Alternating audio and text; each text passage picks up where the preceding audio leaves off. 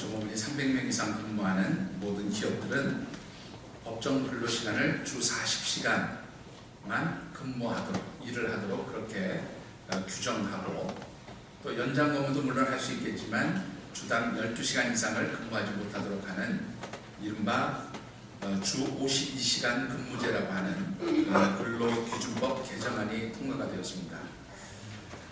이 법이 통과된 뒤에 우리나라 사람들의 삶의 방식에 굉장히 큰 변화들이 일어났다고 합니다.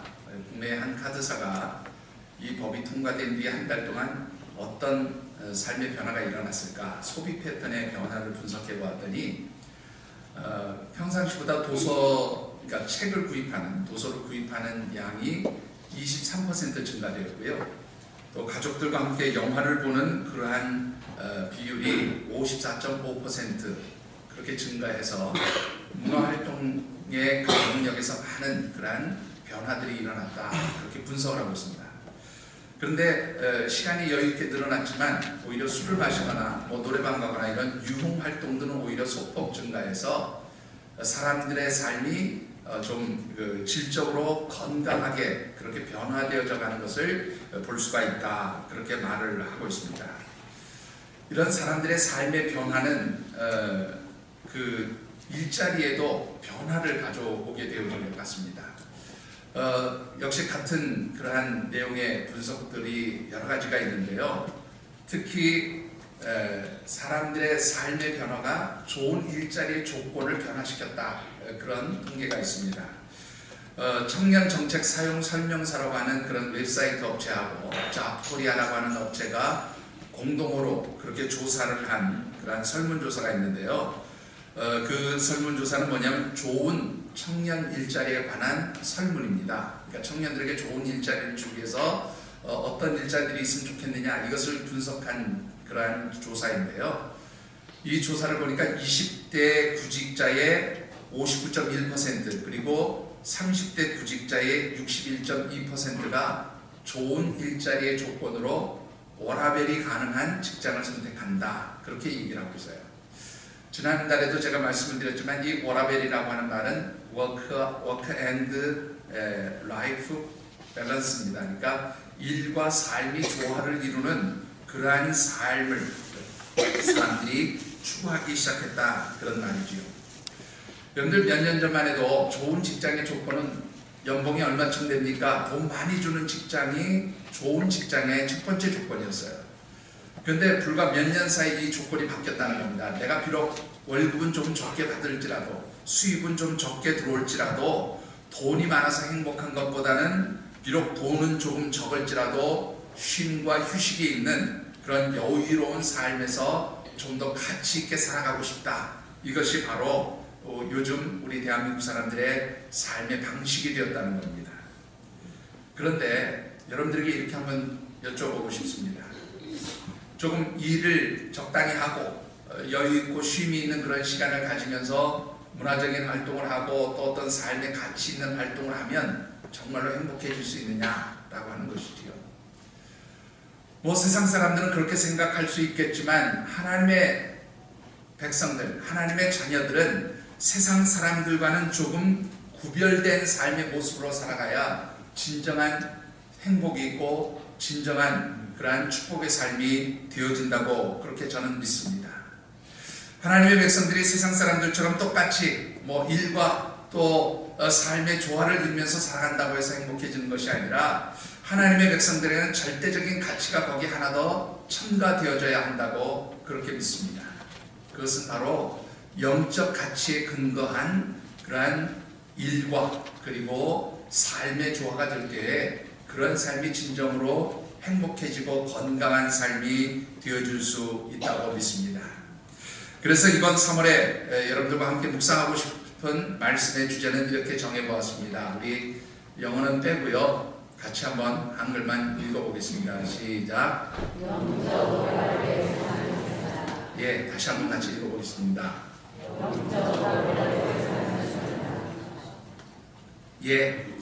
우리가 세상 사람들처럼 일과 우리의 삶을 균형 있고 조화롭게 살아가되 그 모든 것이 영적 가치 기준에서 그렇게 조화로운 삶이 되어져야 함을 말씀드리고 싶습니다. 그리고 오늘 그 첫 번째로 드리고 싶은 말씀은 일과 삶이 균형 있게 그렇게 건강해지기 위해서는 먼저 우리의 삶이 건강한 영성, 건강한 영적 기초에 그 삶의 기반이 되어 있을 때에 우리의 삶이 건강해지고 행복한 삶이 되어질 수 있음을 말씀드립니다. 오늘 우리에게 주신 하나님의 말씀은 여러분들이 너무나 잘 아시는 여호수아의 이야기입니다. 이스라엘 백성들이 가나안 땅에 들어가서 기업을 분배하는 과정에서 이제 갈렙이 45년 전 하나님께서 나에게 주신 언약의 말씀, 그 언약의 말씀대로 내게 약속하셨던 헤브론 산지를 나의 기업으로 달라고 그렇게 요청하는 그러한 내용이 기록되어진 말씀입니다. 특별히 이 말씀 가운데는 어떤 삶이 진짜 건강한 삶이고 하나님 축복하시는 그러한 행복한 삶이 되어지는지를 아주 잘 보여주고 있습니다. 특별히 주신 말씀을 묵상하는 가운데 우리 사랑하는 모든 하늘색 가족들이 참으로 영적으로 건강한 기초 위에 여러분들의 삶이 세워지고 또 그래서 여러분들이 일과 또 삶이 조화를 이루는 그러한 축복의 삶이 되어지시기를 주의 이름으로 축원합니다.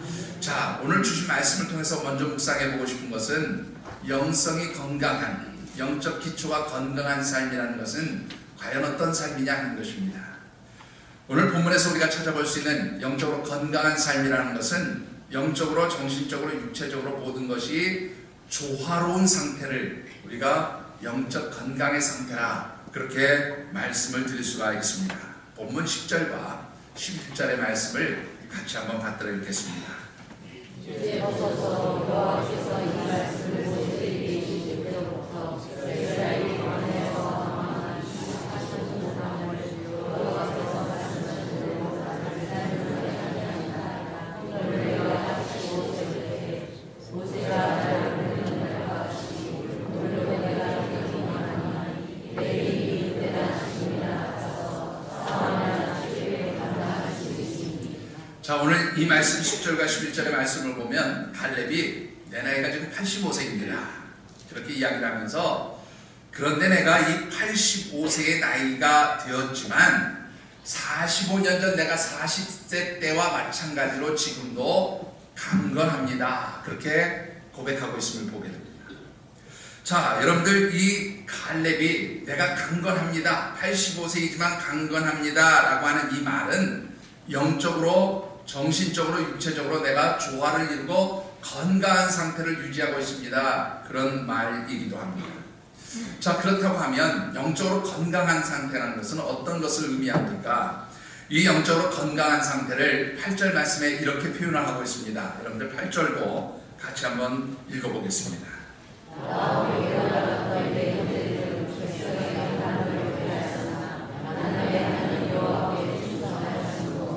자, 여기 보시면 갈렙이 자신이 여호와 하나님께 충성하는 삶을 살았다 그렇게 고백을 하고 있어요.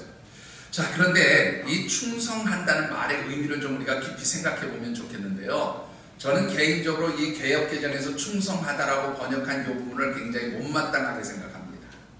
우리가 이전에 쓰던 개역 성경에 보면 이 충성하다는 말을 뭐라고 번역해 놓았는가 하면 온전히 좇았다 그렇게 번역을 하고 있어요. 사실은 이 개역 성경이 원래 의미에 더 적합한 번역이라고 그렇게 생각이 되어집니다. 왜냐하면 이 온전하다라고 하는 단어가 히브리어 원문을 보면 어떤 단어를 쓰고 있는가 하면 밀레티라고 하는 단어를 씁니다. 이 밀레티라는 말은 뭐냐면 가득 채웠다 그런 말이에요. 충만하게 채웠다 그런 뜻입니다. 그러니까 충만하게 채워서 하나님의 뒤를 쫓았습니다. 이런 의미의 번역이거든요. 그런데 이 밀레티라는 단어가요, 어떤 경우에 주로 사용하는가 하면 하나님이 어떤 일을 완성하실 때 하나님 내가 이러이러한 일을 하겠다 그리고 이렇게 완성했다 이럴 때 밀레티라고 하는 단어를 씁니다. 그런가 하면 하나님께서 어떤 언약의 말씀을 주셨어요. 그리고 이 언약의 말씀을 성취할 때에 그 하나님이 어떤 일을 이루거나 언약의 말씀을 성취할 때 그 행하시는 능력을 나타낼 때 밀레티라고 하는 단어를 써요. 근데 오늘 본문에 보면 문법이나 문맥상의 의미가 어떤 뜻인가 하면 하나님이 주신 언약의 말씀이 성취되어진 것을 내 마음 가운데 채웠습니다. 이런 뜻이에요. 자, 그러니까 좀 정리해서 말씀을 드리면 이 부분을 이렇게 해석할 수가 있습니다. 칼렙이 내가 하나님께 충성하였습니다. 이 말은 내가 하나님의 말씀을 내 심령에 담고 그 언약의 말씀을 따라서 온전히 하나님 기뻐하시는 삶을 살았습니다. 그런 뜻이에요. 그러니까 영적으로 건강하다는 것은 다른 말로 표현하면 하나님 주신 언약의 말씀을 붙들고 이 말씀에 따라서 내가 살아가기를 힘쓰는 상태가 바로 영적으로 건강한 상태다. 그렇게 정리를 해볼 수가 있습니다. 여러분들 이 영적으로 건강한 상태에 대해서 우리가 요한복음 15장의 말씀을 살펴보면 좀 더 구체적인 의미로 이해가 될 수 있습니다. 여러분들 요한복음 15장의 말씀을 보면 예수님께서 포도나무의 비유를 들려주시는데요. 이 포도나무의 비유 가운데 보면 가지를 우리들을 가지로 비유를 합니다. 근데 이 가지가 열매를 맺으면 건강한 가지인 거지요. 열매를 맺지 않으면 뭐예요? 쓸모없는, 건강하지 않은 가지입니다.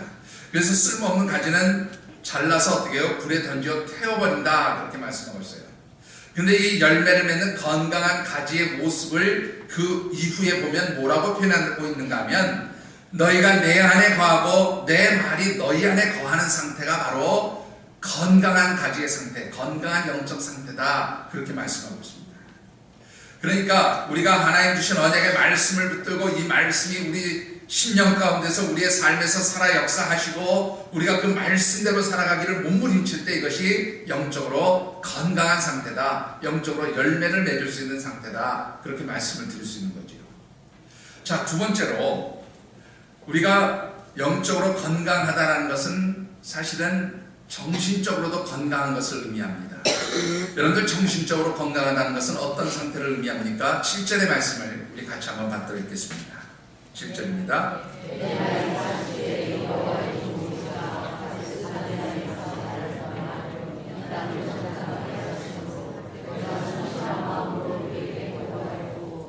자, 오늘 이 말씀을 보면 칼렙은 45년 전 가데스 바네아에서 모세가 12명의 정탐꾼을 보낼 때 그 정탐 결과를 보고할 때 자신의 모습을 이야기하고 있어요. 자, 그런데 여러분들 민수기 13장 27절 이후의 말씀을 쭉 보면 여호수아와 갈렙을 포함한 12명의 정탐꾼들이 가나안 땅을 정탐하고 돌아와서 10명의 정탐꾼들이 이 가나안 땅에 대한 보고를 합니다. 근데 이 보고에 대해서 뭐라고 얘기를 하고 있는가 하면 가나안 땅이 젖과 꿀이 흐르는 땅은 맞습니다. 맞는데요. 그 땅이 젖과 꿀이 흐르는 땅인 것은 맞는데요. 그 땅에는 거인족인 안악자손이 살고 있고 그들의 성읍은 견고하고 또 그곳에는 정말로 그 많은 그러한 힘이 있는 그런 가나안 원주민들이 살고 있기 때문에 우리는 결코 그 땅을 정복할 수 없습니다. 차지할 수 없습니다. 그렇게 보고를 합니다. 이 민수기 13장 27절 이후의 말씀을 보면 그들의 그 보고를 뭐라고 표현하고 있냐면 악평을 했다. 그렇게 표현하고 있어요. 하나님이 주시기로 언약하신 땅인데 그 땅에 대한 평가가 뭐냐? 악평을 했어요. 이것은 다른 말로 표현하면 부정적인 보고를 했다. 그런 말입니다.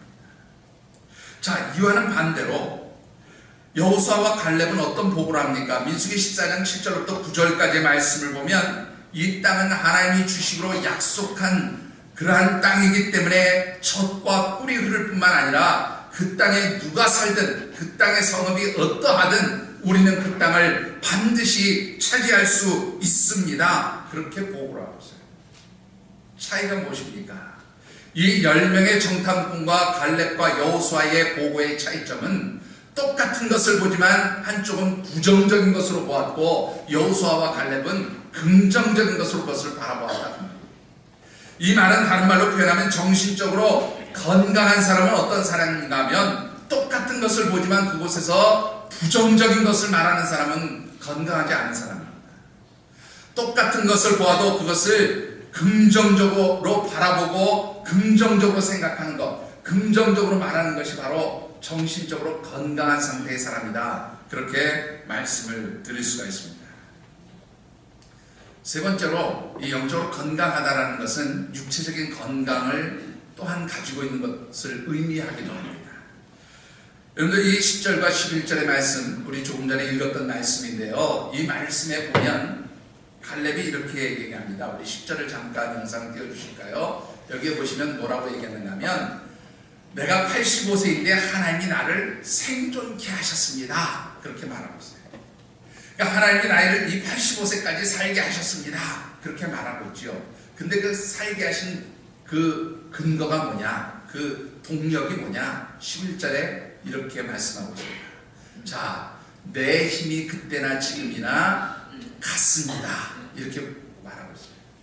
이 힘이라고 하는 단어가 히브리어 원문에 코아흐라고 하는 단어를 쓰는데, 이 단어가요, 능력, 그런 뜻이에요. 하나님이 주시는 능력, 그런 뜻입니다.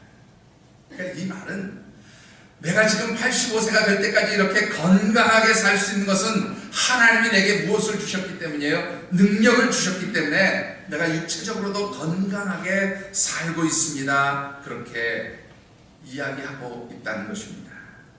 자, 그러니까 갈렙은요, 영적으로 하나님의 말씀으로 충만하면서 그 말씀대로 살아가기를 힘쓰는 사람이었고, 그 말씀 안에서 무엇이든지 보면 긍정적으로 생각하고 말하는 사람이었고, 또 그 육신도 어떻게 해요? 85세이지만 건강한 그러한 육체를 가지고 있었다. 그렇게 말씀드릴 수가 있어요.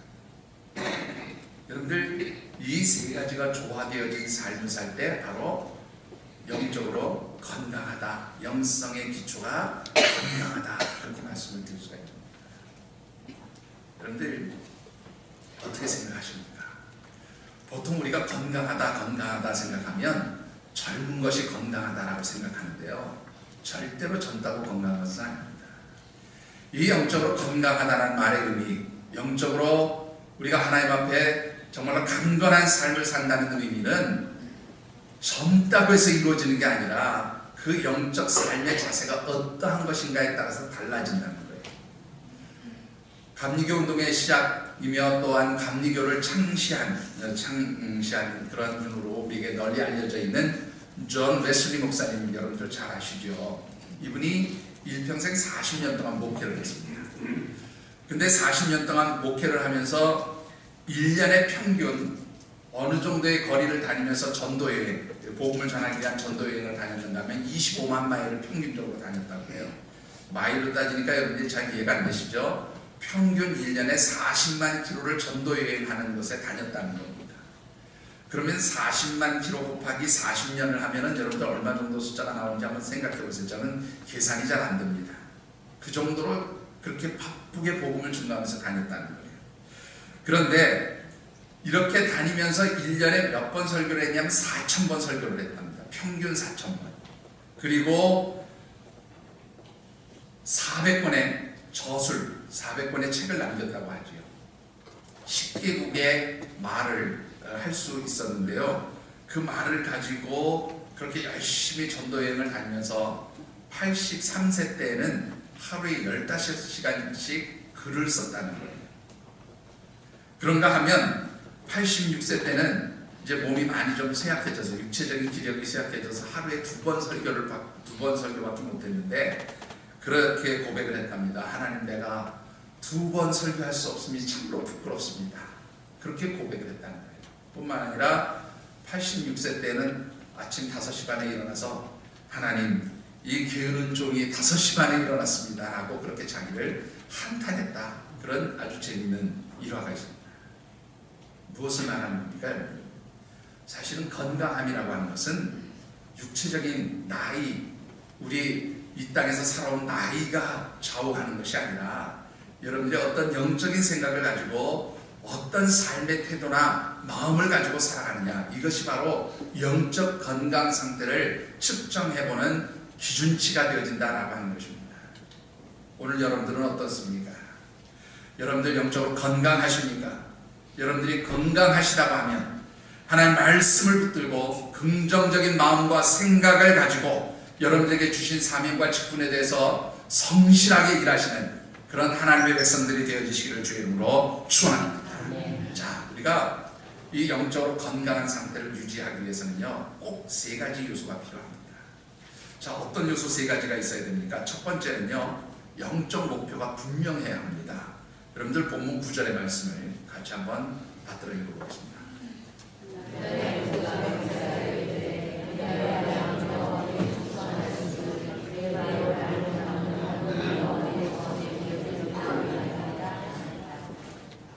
예, 여기 보시면 갈렙이 가지고 있었던 분명한 영적 목표가 있었어요.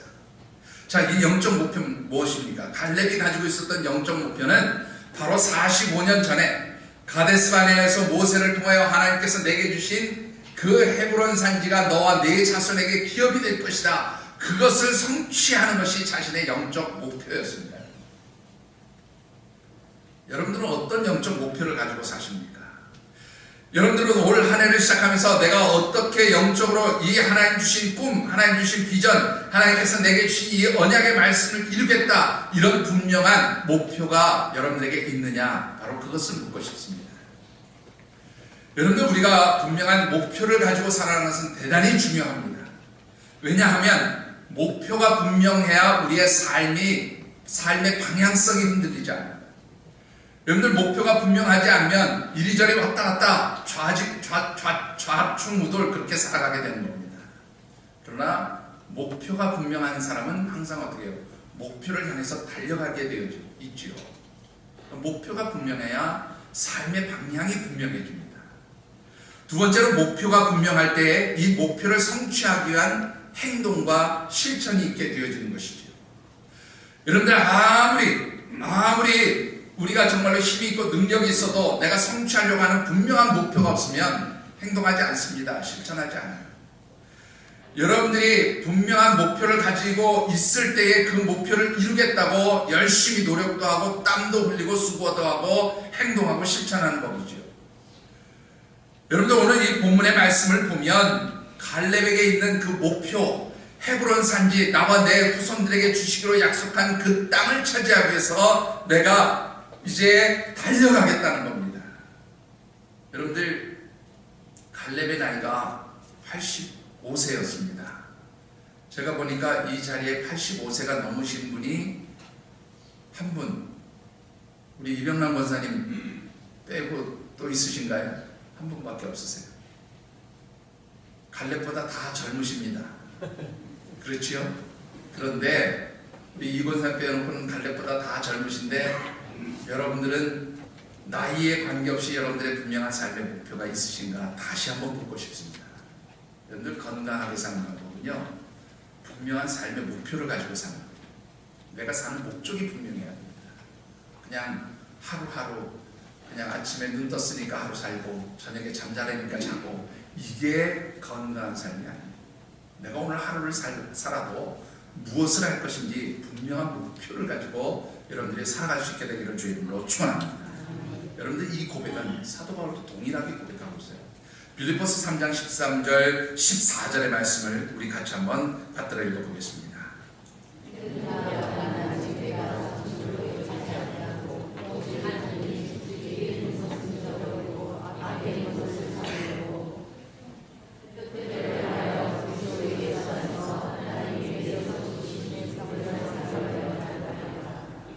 예, 표대를 향하여, 바로 목표를 향하여 달려간다는 건데, 바울의 목표가 무엇입니까? 바로 위에서 부르신 하나님의 그 부름, 그리고 그 부름을 통해서 주시는 상급, 그것을 바라보면서 예수 그리스도 안에서 달려간다는 거예요. 그것이 바로 무엇입니까? 이 부름의 상은 바로 복음을 증거하고 하나님의 말씀을 전파함으로 인해서 그의 주실 합당한 상급을 바라보면서 내가 복음을 위해서 달려간다, 바로 이렇게 고백하고 있는 거죠.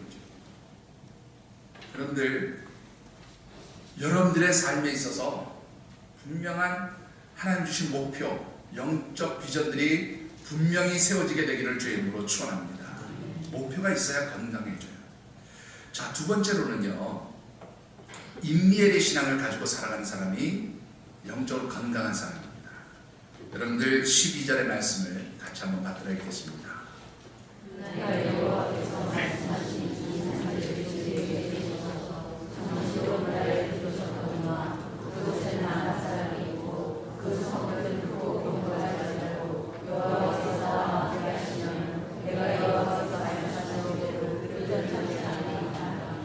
자, 여기 보시면 굉장히 중요한 문장이 하나 나옵니다. 여호와께서 나와 함께 하시리라.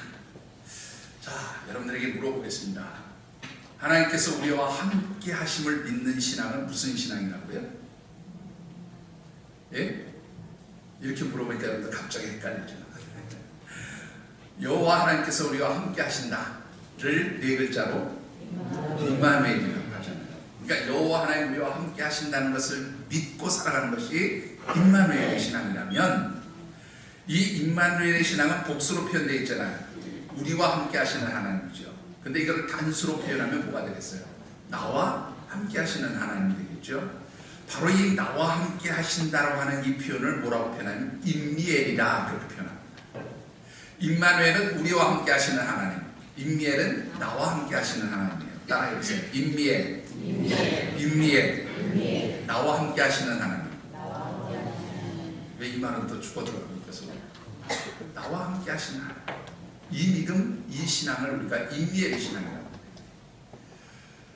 여러분들, 이 임미엘의 신앙을 여호수아는 분명히 가지고 살았던 사람입니다. 여호와 하나님께서 나와 함께 하시면 이렇게 고백을 하는 거죠.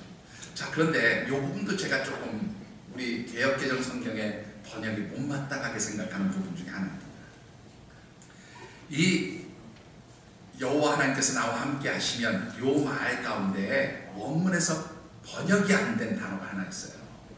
울라이라고 하는 단어입니다. 울라이. 이 울라이라고 하는 단어가요, 옛날 개역 성경에는 뭐라고 이렇게 번역을 했냐면 혹시 그렇게 번역을 했어요. 혹시 하나님께서 나와 함께 하시면 이렇게 번역을 했는데 이것도 좋은 번역은 아닙니다. 왜냐하면 이 울라이라고 하는 단어가요, 두 가지 의미로 사용되는 단어예요. 부정적이고 소극적인 측면으로 사용할 때는 가정법을 써가지고요, 혹시 만일 내게 이러이러한 일이 일어난다면, 이런 표현을 쓸 때는 소극적인 부정적인 표현을 쓸 때 그렇게 표현합니다. 그러니까는 옛날 개역 성경에 혹시 하나님이 나와 함께 하시면 이렇게 번역한 것은 사실은 부정적인 번역을 한 거거든요. 그러니까 하나님이 나와 함께 하실지 안 하실지 잘 모르겠지만, 확실하지 않지만 이렇게 번역을 해놓은 거예요. 그 문장성의 의미. 그런데 이 울라이라고 하는 단어는 그런 소극적이고 부정적인 측면의 해석도 가능하지만 정반대로 적극적이고 긍정적인 측면으로 해석하기도 하는 단어이기도 합니다. 그럴 때는 긍정적이고 적극적으로 해석할 때 쓰는 단어는 뭐냐면 정령, 그런 뜻이에요. 반드시, 그런 뜻입니다.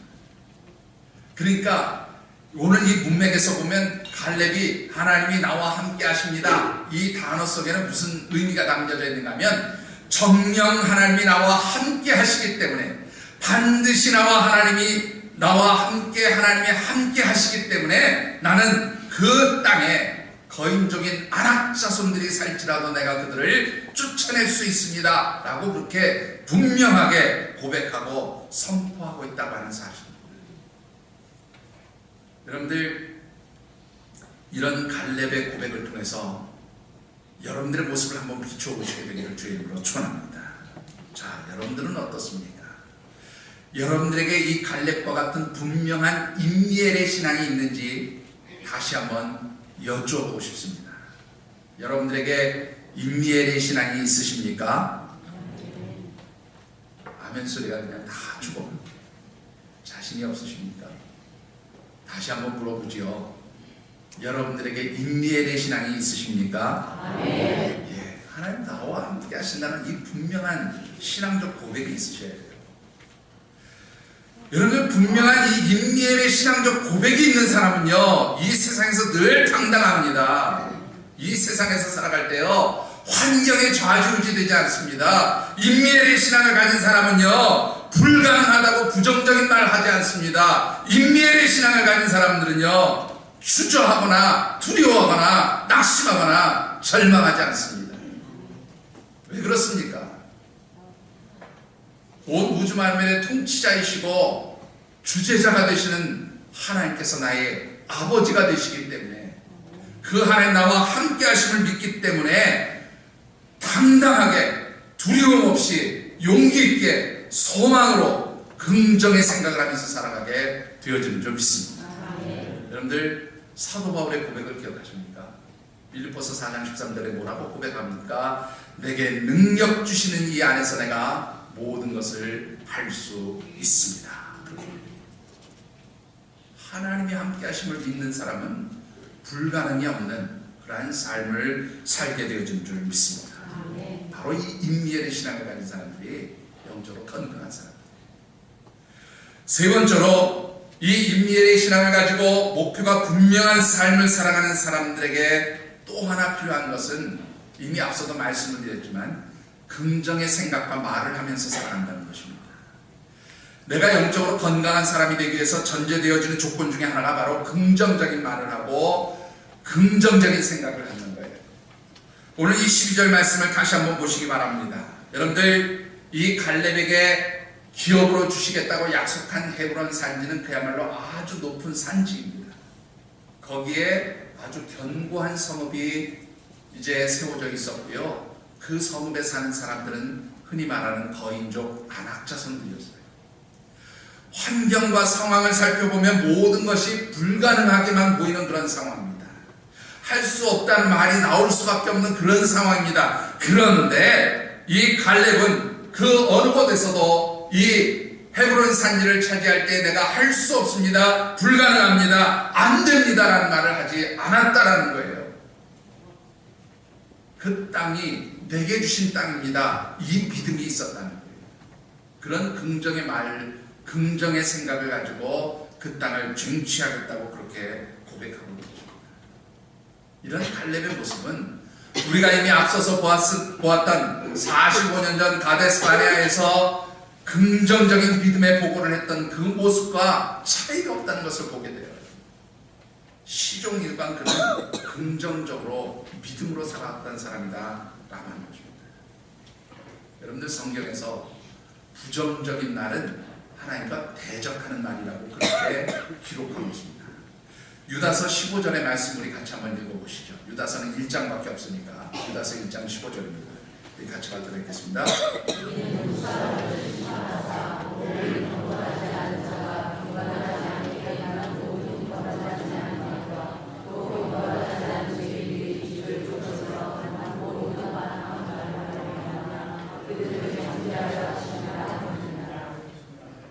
예, 여기 후반절에 보시면 경건하지 않은 죄인들이죠. 이게 앞서서 말씀드린 영적으로 건강하지 않은 사람들입니다. 이 영적으로 건강하지 않은 사람들이 하는 모든 완악한 말, 이 완악한 말이 바로 무슨 말이냐면 부정적인 말, 그런 뜻이에요. 이 부정적인 말, 그러니까 영적으로 건강하지 않은 사람들이 하는 부정적인 말은 다 무엇을 거슬려 하는 말이에요? 하나님을 대적하는 말, 하나님을 거스리는 말이에요. 그래서 하나님께서 그것을 가지고 그들을 어떻게 하신다고요? 여기 보니까 정죄하신다. 그들이 죄가 있다고 그렇게 말씀하시겠다는 거예요. 그런데 이 부정적인 말, 하나님을 거스려 하는 모든 부정적인 말의 특성이 이 유다서 16절에 보면 뭐라고 되어 있는가 하면 불만과 원망, 그렇게 되어 있어요. 믿음 없는 사람들, 영적으로 건강하지 않은 사람들은 그 입에서 항상 뭐가 나와요? 불평, 원망, 불만, 이런 말들이 쏟아져 나옵니다. 그런데 이런 말들이 바로 뭐예요? 하나님을 거스리는 말이에요. 하나님과 대적하는 말들이다. 여러분들 한번 잘 생각해 보시기 바랍니다. 앞서 말씀드렸던 그 가나안 땅을 정탐했던 10명의 정탐꾼들이 한 그 부정의 말, 그 완악한 말이 결국은 하나님이 주시기로 약속한 가나안 땅에 대해서 불가능한 것이라고 그렇게 말하고 하나님과 대적했어요. 결국 그들의 그 부정적인 생각과 말 때문에 그들은 하나님 주신 언약의 땅, 젖과 꿀이 흐르는 가나안 땅에 들어가지 못하게 되었다라는 것입니다. 여러분들의 올 한 해의 삶의 자리에서 부정적인 말, 부정적인 생각들을 제거해 버리시기를 주의 이름으로 축원합니다. 어떤 상황에서든지 할 수 있습니다. 하나님 함께 하시니까 가능합니다. 이것은 이루어집니다. 그런 믿음으로 여러분들이 살아가시게 되기를 주의 이름으로 축원합니다. 우리가 이렇게 영적으로 균형 잡힌 건강한 그러한 상태로 올해를 살아갈 때 하나님 주신 축복이 무엇입니까? 우리 여호수아서 14장 14절과 15절의 말씀을 같이 한번 받도록 읽겠습니다.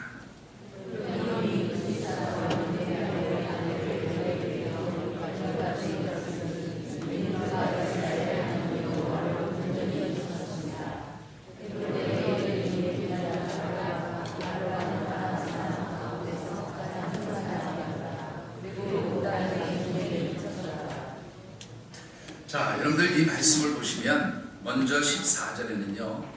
하나님께서 갈렙에게 주셨던 영적 목표가 성취된 것을 보게 됩니다. 여기에 뭐라고 했습니까? 바로 그 헤브론 산지가 누구의 기업이 되었어요? 갈렙의 기업이 되었다. 그의 후손들의 기업이 되었다. 하나님 주신 언약의 말씀들이 이 갈렙에게 있어서 분명하게 성취되었다는 거예요. 목표가 완성되었다는 겁니다. 여러분들이 올 한 해 믿음으로 살아가시면 긍정의 생각을 하시고 하나님 나와 함께 하심으로 내가 정말 모든 것을 이룰 수 있습니다. 이런 긍정적인 믿음과 생각으로 살아가시면 올 한 해 여러분들이 하나님께서 주신 언약의 말씀을 붙들고 세운 목표들이 분명하게 성취되고 이루어지는 줄을 믿으시기 바랍니다. 뿐만 아니라 15절에 보면 이렇게 말씀하고 있어요. 그 땅에 전쟁이 그쳤다. 헤브론 산지에 더 이상 전쟁이 없었다. 이 말은 뭐냐면 평강이 임했다는 뜻이에요. 평화롭게 되었다. 여러분들 대부분의 사람들이 그렇게 얘기합니다. 올 한 해 가장 먼저 이루어지기를 바라는 일이 무엇입니까? 아이고 저 더도 말고 그냥 우리 삶의 자리가 평안했으면 좋겠습니다. 여러분들 평강을 원하십니까? 평안의 삶을 원하십니까? 그렇다면 믿음을 가지고 하나님 나와 함께 하심을 믿고 여러분들이 긍정적인 생각을 가지고 목표를 향해서 달려가시는 성도들이 되어주시길 주의 이름으로 축원합니다. 그리하면 하나님 여러분들의 삶의 자리에 평강도 주시는 줄 믿습니다. 말씀을 맺고 싶습니다.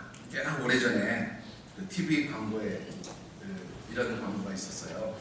혹시 기억하시는지 모르겠는데요. 한 중년의 신사가 검은색 아주 고급 자동차를 몰고 이제 정장을 하고요. 넥타이를 쫙 운전을 하고 갑니다. 그런데 그 자동차가 쫙 지나가는 옆으로 웬 젊은 청년 하나가 청바지를 입고 롤러브레이드를 타고 이렇게 같이 달려가고 있어요. 그런데 그런 그 장면, 그러니까 아주 중년의 멋진 신사가 좋은 차를 타고 정장을 한 상태에서 운전을 하는데 그 옆으로 젊은 청년이 롤러브레이드를 타면서 청바지를 입고 달려가는 그 화면, 그 밑에 자막이 딱 있는데 뭐라고 자막이 떴었냐면 넥타이가 청바지보다 귀하다. 그런 자막이 딱 떠요. 그리고 다음에 장면이 바뀌어서 이 중년의 신사가 어떤 회사를 방문하게 됩니다. 그래서 이 회사를 방문해서 사장실을 딱 들어가게 되는데 조금 전에 그 롤러브레이드를 타고 가던 청바지 청년의 그 젊은이가 그 사장실에 딱 앉아 있는 거예요. 그리고 이제 거기서 딱 만나는 거죠. 그러면서 또 자막이 나옵니다. 뭐라고 나오냐면 넥타이와 청바지는 동등하다. 그런 자막이 나옵니다. 그러면서 바로 나레이터가 이렇게 얘기를 합니다. 생각이 바뀌어야 세상이 바뀝니다. 그런 얘기. 굉장히 의미심장한 광고 아닙니까? 여러분들 생각이 바뀌면 여러분들의 삶의 자리가 바뀌고 여러분들의 주변이 바뀌고 여러분들의 세상을 바꿀 수가 있어요. 그 바꾸는 생각은 어떤 생각입니까? 바로 영적인 생각이에요. 영적인 것에 기초한 믿음의 생각이고 긍정의 생각이고 하나님이 인정하시는 그러한 믿음의 말을 하는 그런 생각입니다. 그리할 때에 여러분들의 삶의 자리가 분명한 영적 목표를 이루고 또한 하나님 주신 놀라운 평강의 은총을 누리는 그러한 복된 1년이 되어줄 줄 믿습니다. 이 귀한 축복이 올 한 해 저와 여러분들에게 주시는 놀라운 하나님의 축복이 되어주시기를 주의 이름으로 축원합니다. 기도하겠습니다.